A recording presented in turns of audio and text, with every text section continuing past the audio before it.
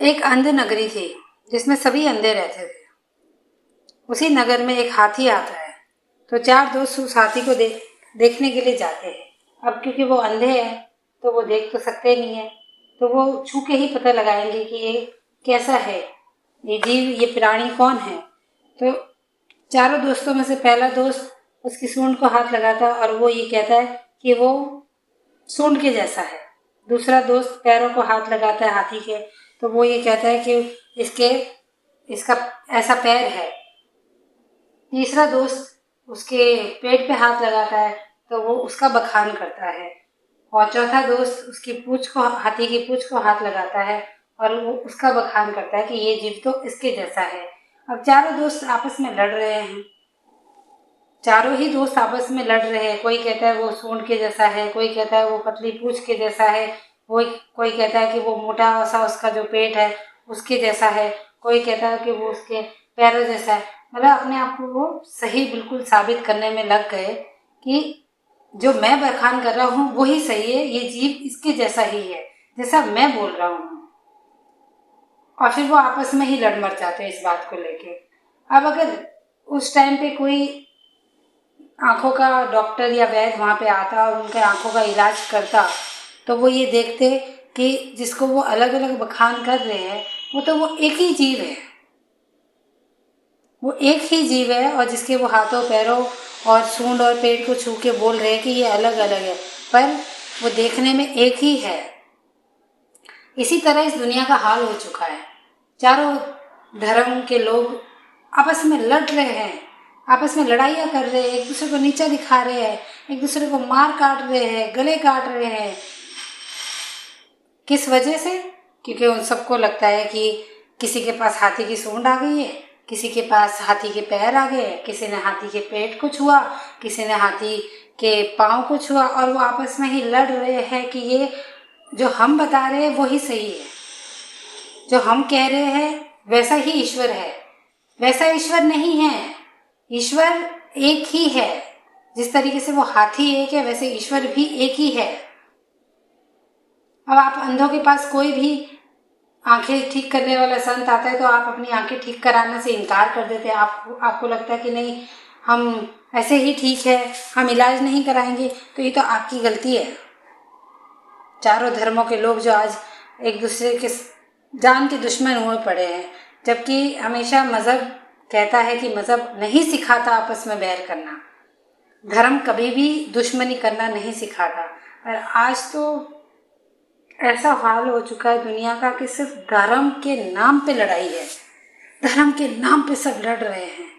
इस कदर बुरा हाल हो रहा है कि मुझे लगता है कि आप लोगों को आंखों की जरूरत है। आप ये बात को देखें कि जो चारों धर्म बने हैं वो चारों धर्म एक ही बात को कहते हैं, इंसानियत सिखाते हैं। चारों ही धर्म, या पांचवा छठा सातवां पता नहीं कितने धर्म हो चुके हैं, उन सब के जो महापुरुष थे, चाहे इस्लाम धर्म हो, चाहे सिख धर्म हो, हिंदू धर्म हो, ईसाई धर्म हो, बौद्ध धर्म हो, पारसी धर्म हो, सिंधियों का धर्म हो, कोई भी धर्म आपको कभी नहीं सिखाएगा कि मेरा धर्म बड़ा है।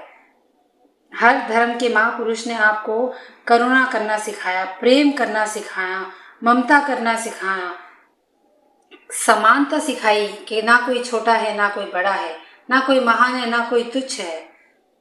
और फिर उसके बावजूद भी आप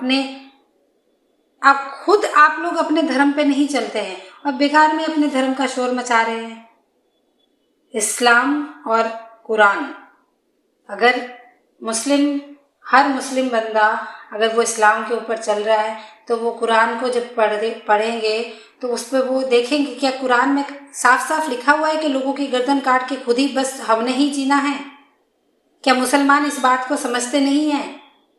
मुसलमान लोग कुछ मौलवियों के बातों में आके अपना जो उनका एक पाक धर्म था उसको उन्होंने बिल्कुल नफरत के काबिल बना दिया है, क्योंकि ये उनकी खुद की गलती है। क्योंकि हर धर्म पुस्तक, हर धर्म का ग्रंथ यही सिखाता है कि पहले खुद को देखो, पहले खुद को सुधारो, फिर आप दुनिया में प्रचार करो। आप खुद तो बिल्कुल भरे पड़े कीचड़ से, और फिर आप दुनिया को क्या साफ करने चले हैं? आप लोगों को क्या सिखाने चले हैं? हर मुस्लिम का ये पहला कर्तव्य बनता है, जब वो समाज में निकलता है, वो जब दुनिया को बताना चाहता है कि मुस्लिम धर्म कितना ऊपर है, तो पहले आप मुस्लिम धर्म के अपनी कुरान को तो पढ़ लीजिए। क्या उसमें कहीं लिखा है कि गर्दन काटने के, आप जब गर्दन काटेंगे तो मैं खुश होऊंगा? मुस्लिम धर्म की जो रियल पुस्तक है, जो एक सच्ची किताब है, जो एक सच्चा मुसलमान है, आप अपने धर्म में किसी सच्चे मुसलमान को ढूंढिए और अपनी आंखों का इलाज कराइए, और फिर आप ये देखेंगे कि आपके जो भी पैगंबर हुए, पीर हुए, उन्होंने कहीं नहीं कहा कि आप गर्दनें काटो, या उन्होंने कहीं नहीं कहा कि आप इस धर्म के लोगों को मार दो, काट दो और फिर उसके बाद अपना साम्राज्य स्थापित करो।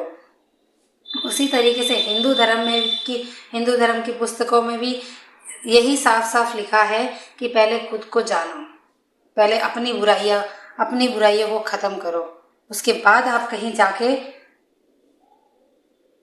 आप एक इंसान बनते हैं, आप एक मनुष्य बनते हैं। पर आज कोई इंसान रहा कहाँ है? धर्म का मतलब इंसानियत होता है, धर्म का मतलब सच बोलना होता है, धर्म का मतलब दूसरे से प्रेम करना होता है, धर्म का मतलब सारी दुनिया आपकी नज़रों में समान होनी चाहिए।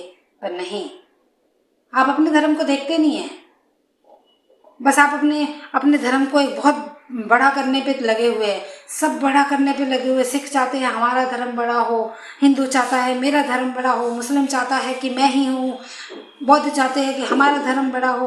क्यों धर्मों की लड़ाई में उलझे हुए हो? किस लिए उलझे हुए हो?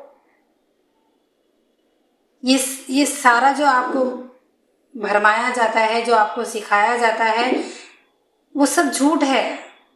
सिर्फ इंसानियत रखो दिल में, सच बोलना सीखो, जिस पे आपका अधिकार है सिर्फ वही चीज़ें लो। दूसरों की चीज़ों को छीन के अपने हिस्से में लेना, ये कोई भी धर्म पुस्तक नहीं सिखाती है। तो अपनी आंखें खोलिए, अपनी अपनी धर्म पुस्तकों का अध्ययन करिए, उसके बाद ही कहीं जाके आप ये कह सकते हैं कि मैं एक सच्चा इंसान हूँ। और जब आप धर्म पुस्तक पढ़ लेंगे तो आपको प्रचार करने की ज़रूरत ही नहीं है। जिस तरह एक फूल है ना, उसमें से जब खुशबू निकलती है तो फूल घर घर जाके नहीं बोलता कि जी मैं फूल हूँ और मुझ में खुशबू आ रही है। वो खुशबू अपने आप ही फैल जाती है। उसके अंदर से कितनी प्रेम भरी खुशबू होती है। और संसार में अनेक तरह के फूल हैं और जिसमें अनेक तरह की खुशबू आती है। तो कोई ये कैसे कह सकता है कि खाली गुलाब का फूल ही फूल है, या खाली कमल का फूल ही है, या खाली गेंदे का फूल ही है? सारे फूल है, सबकी अपनी क्वालिटी है, सब अपनी अपनी खुशबू देते हैं। पर कभी भी फूल ये नहीं बताता है कि मैं ही सही हूँ, मुझ में ही अच्छी खुशबू आती है। फूलों की खुशबू फैलती है, जिसको जो खुशबू पसंद आती है वो उस खुशबू वाले फूल को ले लेता है।